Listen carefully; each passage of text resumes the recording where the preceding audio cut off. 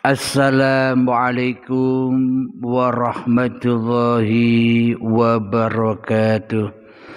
Bismillahirrahmanirrahim. Ashhadu an la ilaha illallah wa ashhadu anna Muhammadur Rasulullah. Allahumma salli ala sayyidina Muhammad wa ala ali sayyidina Muhammad. Rabbi israh li sadri wa yassir li amri wahlul 'uqdatam min lisani yafqahu qawli. Amin. Bismillahirrahmanirrahim. Salam takzimku untuk para sahabat-sahabatku tercinta dimanapun Anda berada.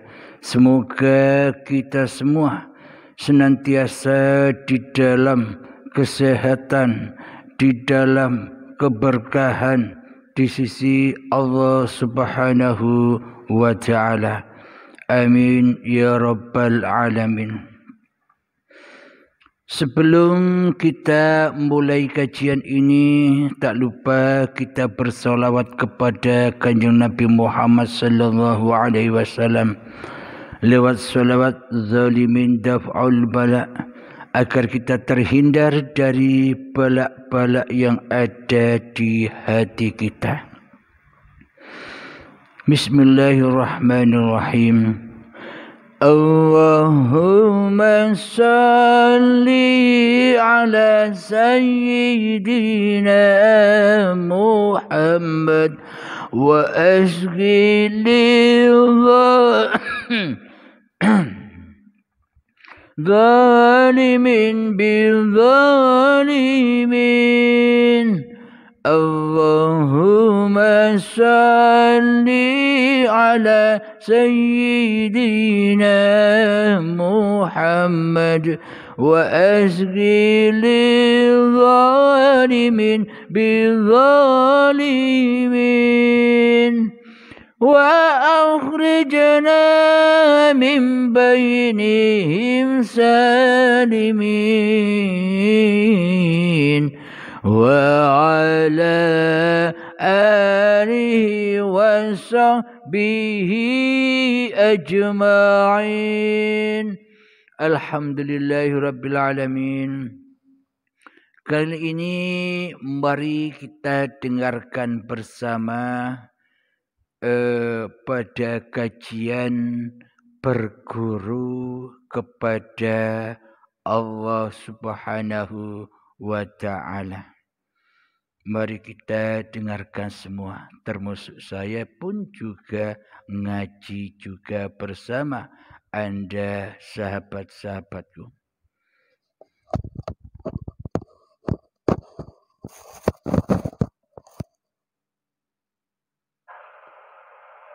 Saya berkaitan ataupun cara ataupun tata cara ataupun adab dalam menuntut ilmu ma'rifatullah ini, adakah ianya menepati keperluan ataupun kaidah menggunakan ruang media teknologi modern seperti WhatsApp, grup ataupun personal, Facebook, YouTube, dan bermacam-macam lagi? Atau adakah semestinya berdepan dengan guru, bertemu lutut dengan lutut, ataupun empat mata? Mohon pandangan, pendapat, ataupun pencerahan daripada Mas. Sekian. Assalamualaikum warahmatullahi taala wabarakatuh. Alhamdulillahirabbil alamin. Memang menurut kaidah syariatnya memang demikian. Bila kita berguru, wajib bertemu sosok sang guru manusianya. Karena kalau tidak berguru, sebuah ilmu tidak digurukan, melewati guru yang mumpuni, maka setan akan menyesatkan manusia. Itu di sisi manusianya. Namun menurut saya, sebuah ilmu itu yang terpenting kita bisa memahami ilmu yang disampaikan, walaupun lewat WhatsApp, lewat YouTube, lewat Facebook. Ya, terpenting kita tetap koordinasi, tetap menjalin hubungan silaturahim, entah lewat telepon, call di WA, tetap berhubungan. Meskipun kita tidak pernah bertemu, bertatap muka, bertemu empat mata, tidak mengapa. Menurut saya. Karena innallaha wasi'un alim. Karena Allah maha luas pengetahuannya. Ketika kita masih berada di paham syariat, maka wajib bertemu, berguru kepada sosok manusianya. Meskipun lewat WhatsApp atau YouTube, sama, tak ada bedanya, juga berguru kepada sosok manusianya.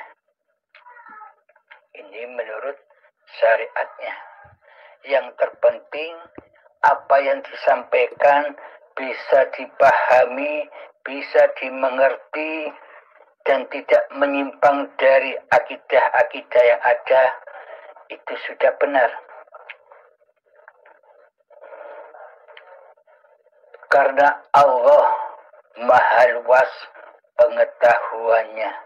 Ketika kita sudah menyadari bahwa hidup ini Allah, maka sesungguhnya kita sudah berguru kepada Allah secara live, secara langsung.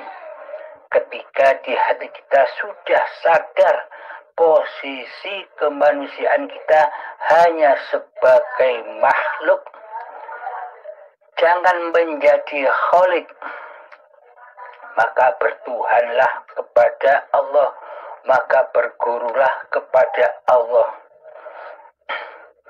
Untuk saya pribadi, saya memang tidak mencari murid, saya memang tidak mencari santri, akan tetapi saya hanya mencari sahabat fisabilillah, sahabat yang mau diajak bareng-bareng menuju jalan fisabilillah, di jalan Allah. Meskipun kita tidak pernah bertemu secara empat mata, yang terpenting Anda paham akan apa yang dipaparkan, itulah tanda bahwa Allah ridho kepada diri kita.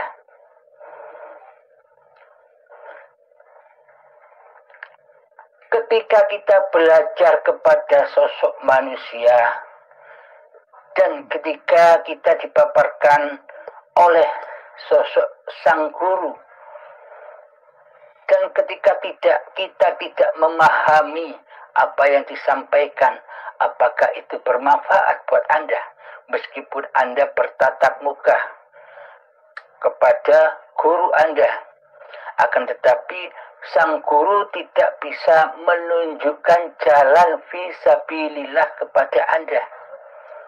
Meskipun Anda bertemu tatap muka, kira-kira apa ada manfaatnya buat Anda?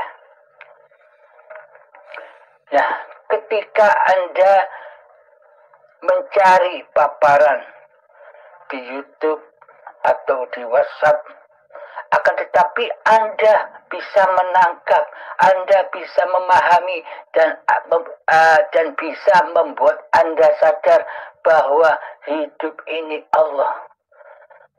Apakah ini tidak lebih bermanfaat? Tidak lebih bermanfaat meskipun kita tidak pernah bertemu. Pada intinya semua pemahaman itu tandanya Allah telah ridho kepada kita. Tinggal kita mengaplikasikannya di dalam kehidupan ini. Yakni mengaplikasikan di dalam bertapa, berzuhud, berkhulwat, yakni bertapanya hati dari selain Allah. Meskipun kita berada di tempat keramaian, badan kita berada di tempat keramaian, tapi hati kita tetap bertapa di dalamnya. Hati kita jangan sampai keluar dari diri kita. Hati tetap memandang, hati tetap menyaksikan bahwa hiduplah yang memerankan badan ini.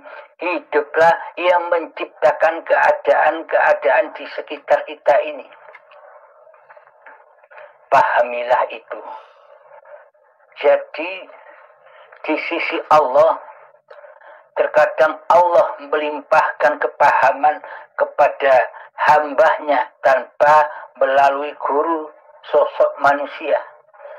Karena Allah Maha Kuasa atas segala sesuatu. Jadi yang terpenting, kita, Anda sudah memahami bahwa hidup ini bukan hidupnya manusia. Bahwa hidup inilah hayatullah. Hidup inilah Allah.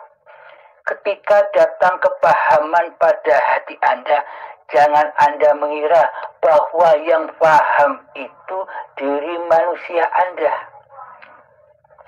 Yang memahami, yang mengerti akan hakikat makrifat, jangan sampai manusia Anda yang merasa paham atas semua paparan-paparan yang sudah dipaparkan. Kembalikanlah kepada hayatullah, bahwa yang memahamkan adalah hidup itu sendiri. Hayatullah sendiri, bukan badan-badan kita yang paham. Karena badan-badan kita ini mati, bagaimana bisa paham? Jadi yang paham Allah, ya Allah. Yang paham hidup, ya hidup. Jika tak ada Allah, maka tak akan ada paham. Jika tak ada hidup, maka tak akan ada paham tentang hidup. Kenapa Anda tahu hidup? Karena Anda hidup. Jadi, kenalilah hidup dengan hidup. Kenalilah Allah dengan Allah. Jadi tak satu pun manusia bisa berzikir kepada Allah. Tak satu pun manusia bisa memahasucikan Allah kecuali Allah. Ya hidup itu sendiri. Begitulah sahabat. Kira-kira masih ada pertanyaan lagi? Alhamdulillah. Terima kasih atas penerangan ataupun penjelasan mengenai dengan cara berguru dan kepentingan untuk berguru yang memberikan kita paham ataupun sebaliknya. Jadi tidak ada persoalan yang saya kemukakan untuk saat ini. Cuma saya mohon izinlah untuk kutip ilmu ini. Mudah-mudahan ada barokahnya kepada diri saya sendiri dan bermanfaat untuk saya. Sekian. Assalamualaikum warahmatullahi wabarakatuh. Terima kasih. Waalaikumsalam warahmatullahi wabarakatuh. Bismillahirrahmanirrahim. Assalamualaikum warahmatullahi wabarakatuh.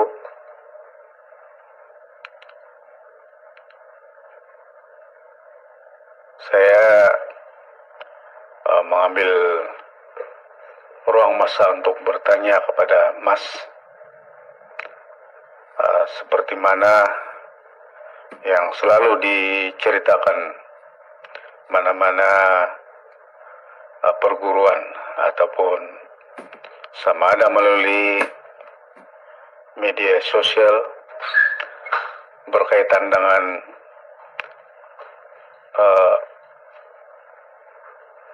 mengenal diri, yaitu selalu disebut yang ada kaitan dengan mengenal diri tentang para malaikat, jin, iblis, ataupun setan. Jadi mungkin boleh juga kalau dapat Mas berkesempatan untuk memberi sedikit pencerahan di manakah yang dikatakan ataupun yang dimaksudkan dengan sosoknya para malaikat ini. Contoh Jibril, Mikail, Israfil, Israel. Begitu juga dengan awal kejadian manusia yang melibatkan bumi, air, api, angin, dan seperti yang saya terangkan tadi, yaitu iblis ataupun setan. Jadi mohon diberikan pencerahannya. Sekian.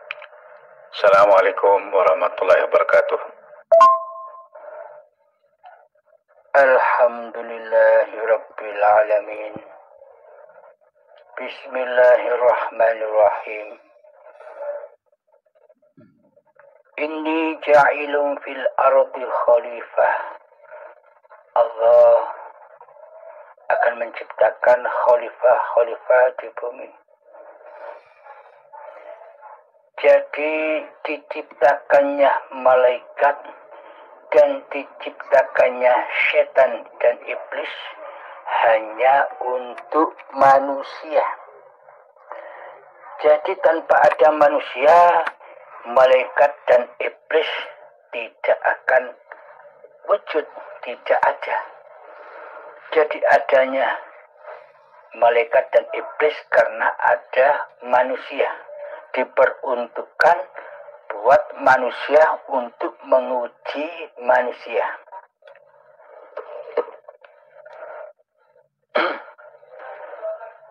Malaikat Jibril membawa wahyu. Malaikat Israfil membawa rezeki. Malaikat Mikail membawa rezeki. Malaikat Israfil meniupkan sangkakala. Malaikat Israel mencabut nyawa. Keempat malaikat itulah saudaranya manusia, karena keempatnya selalu mengiringi manusia. Yang dikatakan istilah di bahasa Jawa begini, dulur papat limo pancer.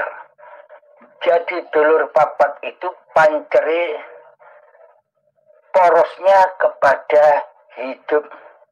Karena hakikat Jibril, Mikail, Israfil, Israel itu ya Allah.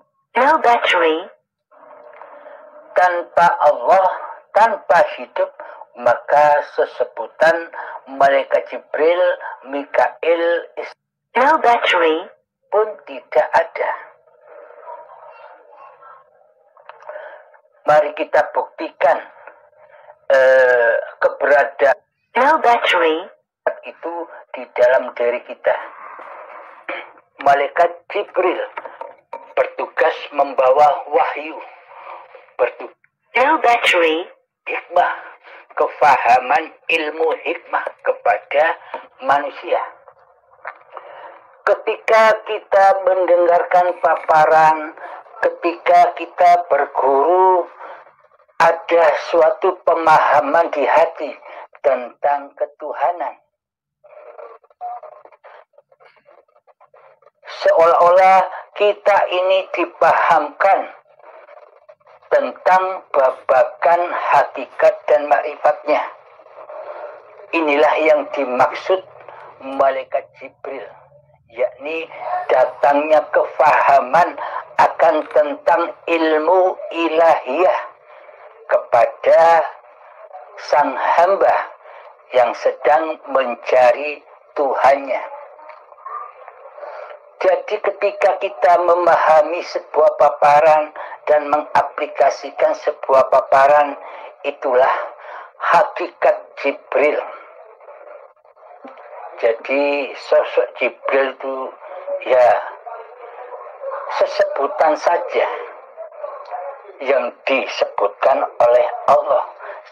Pada intinya panggung sandiwaranya Allah, ceritanya Allah sendiri.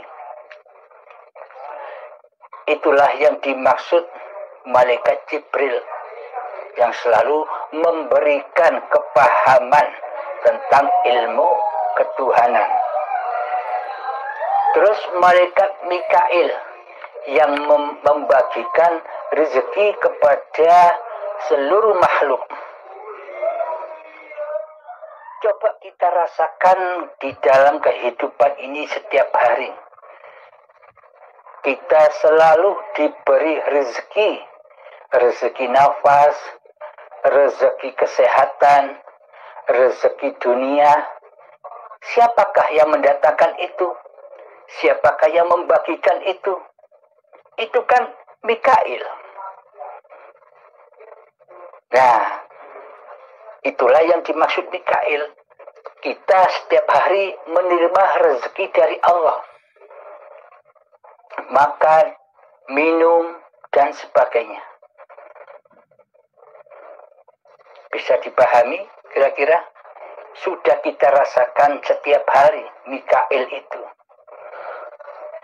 Terus Israfil meniup sangkakala, yakni ketika kita sudah dipahamkan oleh Allah bahwa hidup ini Allah, maka sang hamba sudah meniupkan trompet peperangan.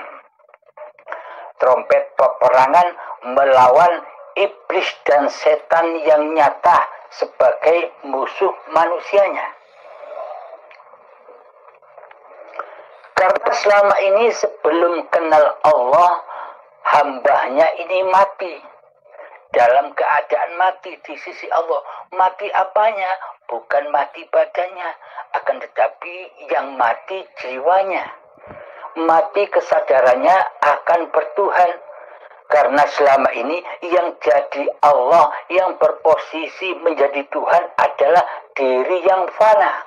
Yakni hambanya lah yang berposisi menjadi Tuhan. Karena selama ini hambanya lah yang merasa dirinya yang wujud. Hambanya lah yang merasa dirinya yang hidup. Hambanya lah yang merasa dirinya yang berkuasa. Dan sebagainya. Semuanya diaku-akui sebagai sifat diri manusianya. Inilah kematian di sisi Allah. Kematian jiwanya. Hati yang keras melebihi kerasnya batu. Ketika hamba sudah difahamkan oleh Allah tentang ilmu hakikat dan makrifat, maka ditiupkanlah trompet peperangan untuk melawan hawa nafsu iblis dan setan serta dajjalnya. Karena dajjal itu sesungguhnya secara hakikatnya, untuk secara syariatnya memang dajjal itu ya berupa dohir manusia, berupa bentuk makhluk yang kapan datangnya tidak tahu. Akan tetapi dajjal di sisi Allah itu sudah ada, sudah wujud, sudah nyata sejak Nabi Adam diciptakan hingga saat ini sampai akhir zaman. Dajjal itu sudah nyata, sudah ada. Allah selalu memerintahkan kepada Nabi Adam untuk berdoa, ya Allah, hindarkanlah kami dari fitnahnya Dajjal. Coba kita renungkan, coba kita hayati. Bila fitnahnya Dajjal saja sudah datang, bagaimana mungkin Dajjalnya tidak wujud? Berarti ketika fitnahnya saja sudah datang, berarti Dajjalnya kan sudah wujud, sudah nyata keberadaannya. Jadi yang dimaksud Dajjal itu siapa? Yang dimaksud Dajjal itu adalah yang memakan buah khuldi, yakni manusia ketika datang detik-detik akil balik, maka seluruh manusia memakan buah terlarang, buah larangan, buah yang tidak boleh dikonsumsi manusia. Apakah buah larangan itu? Buah larangan itu adalah buah pengakuan diriku yang hidup, diriku badan ini, dirikulah yang ibadah, dirikulah yang sholat, dirikulah yang berilmu, dan sebagainya. Inilah buah khuldi itu, buah terlarang itu yang tidak boleh, yang haram dimakan oleh manusia, yakni haram diakui sebagai sifat manusianya. Inilah ketika manusia sudah memakan buah khuldi, inilah hakikat Dajjalnya. Yakni hawa nafsu mulai mengaku-ngakui ketika datang detik-detik akil balik, disitulah hakikat manusia dilahirkan. Bukan saat bayi. Syariatnya memang saat bayi, akan tetapi hakikatnya manusia didatangkan oleh Allah sebagai tamu di dalam hidup dan badan ini hanya untuk wa ma khalaqtul jinna wal insa illa liya'budun, hanya untuk mengabdi kepada Allah. Di dalamnya hamba tidak boleh labbaik Allahumma labbaik, labbaik la syarika laka labbaik. Di dalamnya hamba tidak boleh mensekutukan Allah dengan dirinya, yakni syirik, tidak boleh syirik. Karena hakikat Masjidil Haram itu adalah badan-badan ini, badan yang suci, ketika badan belum teraku-akui oleh badan manusianya. Dan Baitullah adalah hidup ini, ketika hidup masih belum teraku-akui hidup manusianya di saat bayi.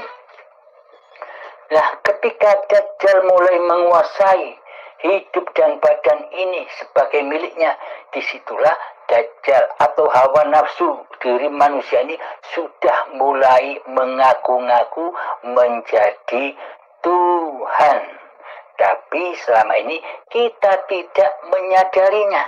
Karena selama ini hati kita dibutakan oleh Allah. Hati kita selama ini buta.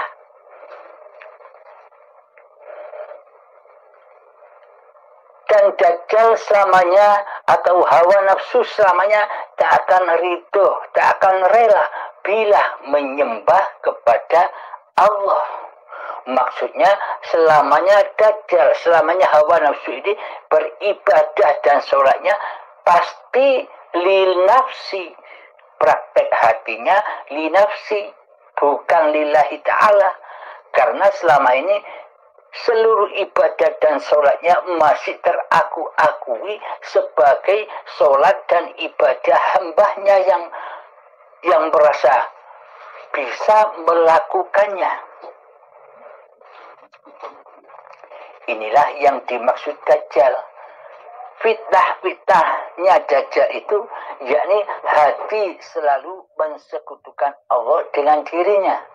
Dajjal itu matanya satu, mata hati dan mata dohirnya sinkron, bersatu, yakni selalu memandang dunia, memandang diri manusianya. Jadi Dajjal itu mata hatinya picek. Jadi di syariat digambarkan matanya ada dua, tapi yang satu buta. Yang dimaksud buta itu buta mata hatinya.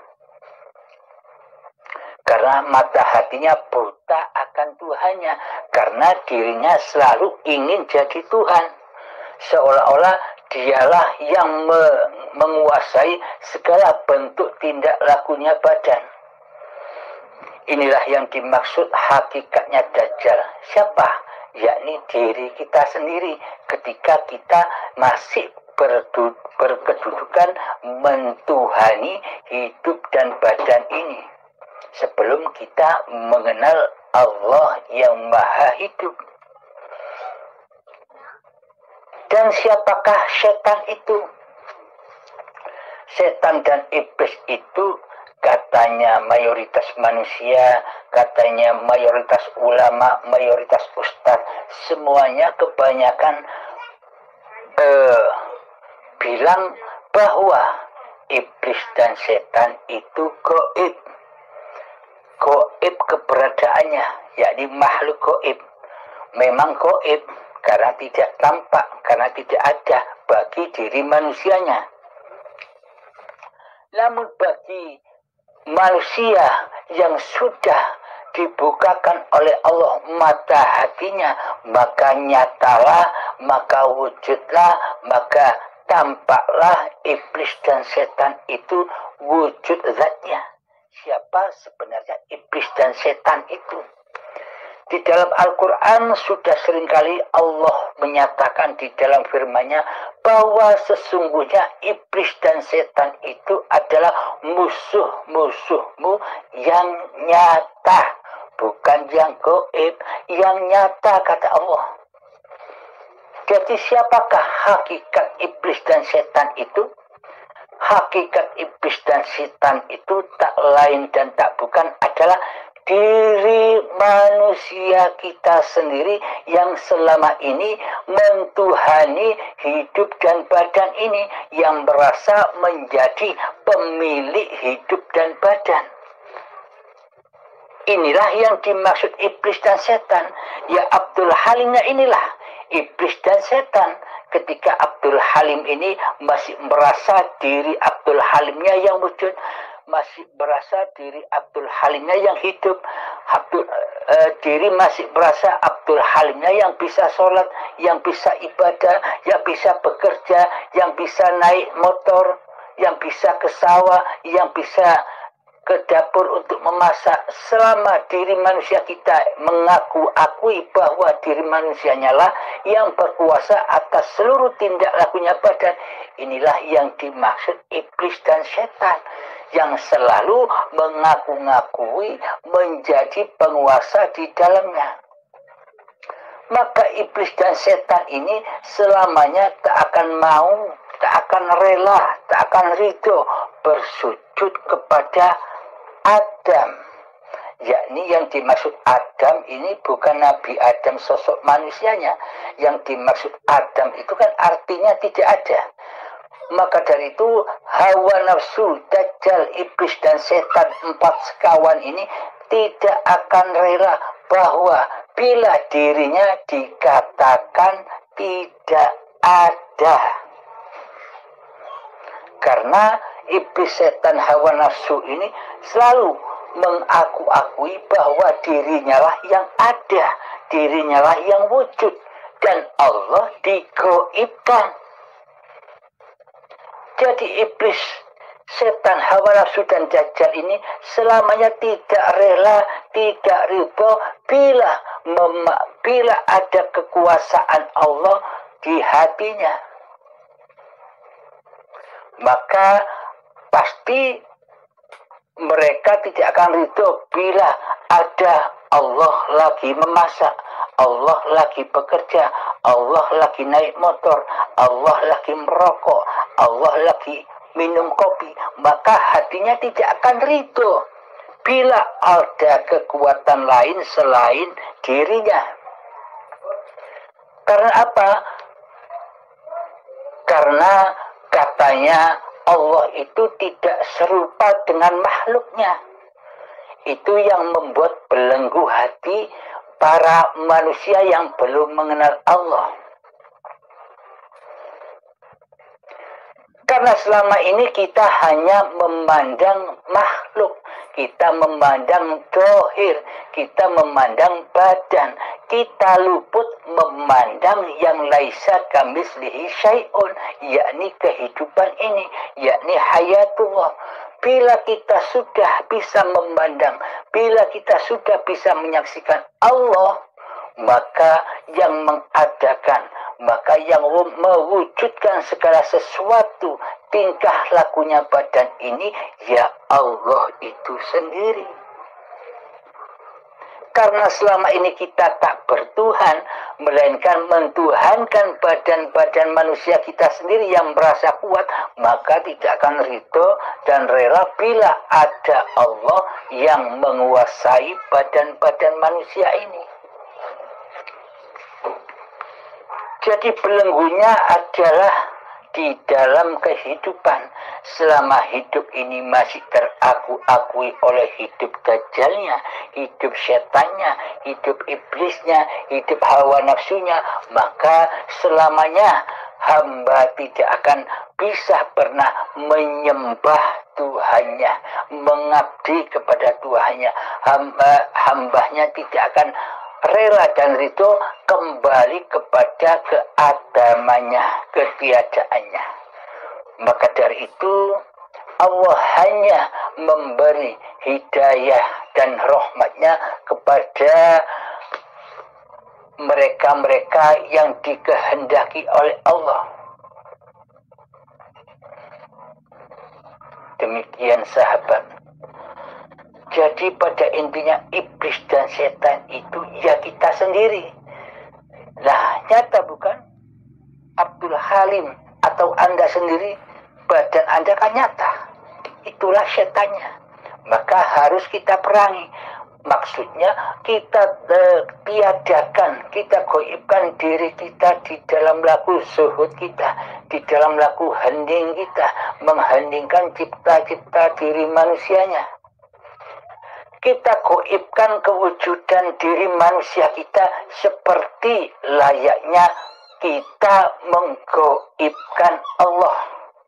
Nyatakanlah Allah, goibkanlah diri kemanusiaan kita. Bahwa sejatinya hakikat diri manusia kita adalah fana, adam, dan mati. Disitulah tempat manusia kembali ke asalnya. Adam kembali ke Adam. Wal awalu wal akhiru, dialah Allah yang maha wujud, yang maha hidup, yang awal dan yang akhir.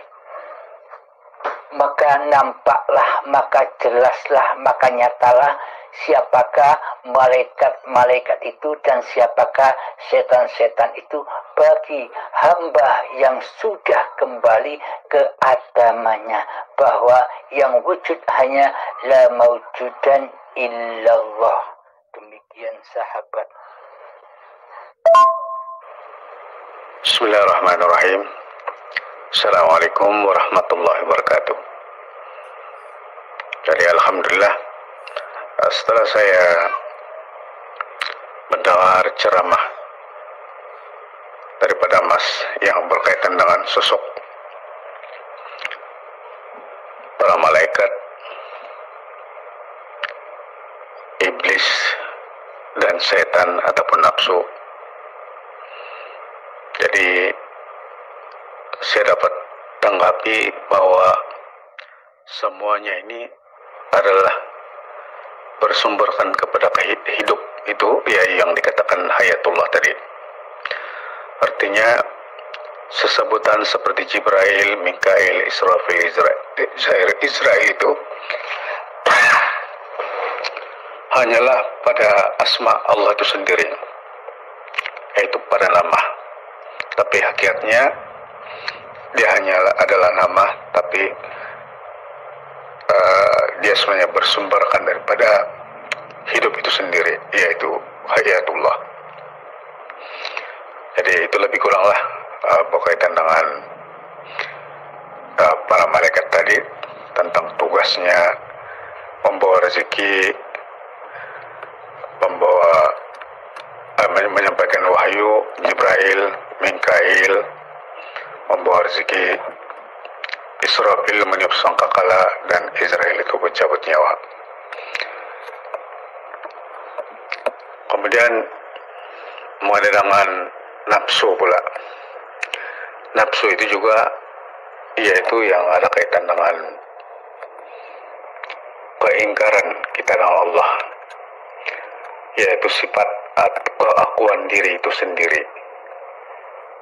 Termasuklah iblis dan setan, itu adalah rangkaian daripada keakuan diri, yang semuanya itu, nama-nama yang disebut itu semuanya bersumberkan kepada hidup itu sendiri, yang mana nama-nama ini didatangkan oleh Allah SWT, dicipta oleh Allah SWT sebenarnya untuk menguji kehidupan manusia itu sendiri. Jadi yang penting di sini adalah kesadaran kita bahwa semuanya itu adalah datangnya daripada hidup ataupun hayat, yang dikatakan hayatullah. Itulah yang dapat saya tanggapi ataupun saya dapat pahami daripada apa yang diterangkan tadi berkaitan dengan malaikat, iblis dan setan, juga nafsu. Terima kasih. Wabillahi taufiq wal hidayah. Assalamualaikum warahmatullahi wabarakatuh. Waalaikumsalam warahmatullahi wabarakatuh.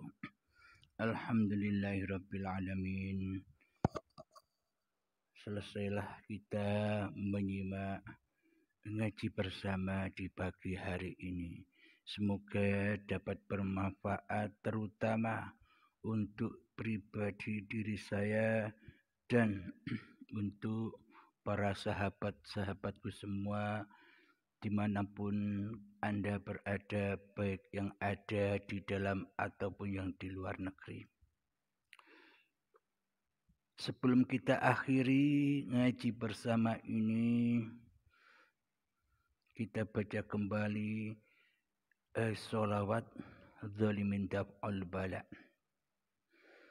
Allahumma salli ala sayyidina Muhammad wa asqi lil zalimin bil zalimin. Allahumma salli ala sayyidina Muhammad wa asqi lil zalimin bil zalimin wa akhrijna min bainihim salimin wa ala alihi wa sahbihi ajma'in. Bismillahirrahmanirrahim. Rabbana atina fid dunya hasanah wa fil akhirati hasanah wa qina adzabannar. Wa sallallahu ala sayyidina Muhammad wa ala alihi wa sahbihi wasallam. Akhir kalam. Assalamualaikum warahmatullahi wabarakatuh.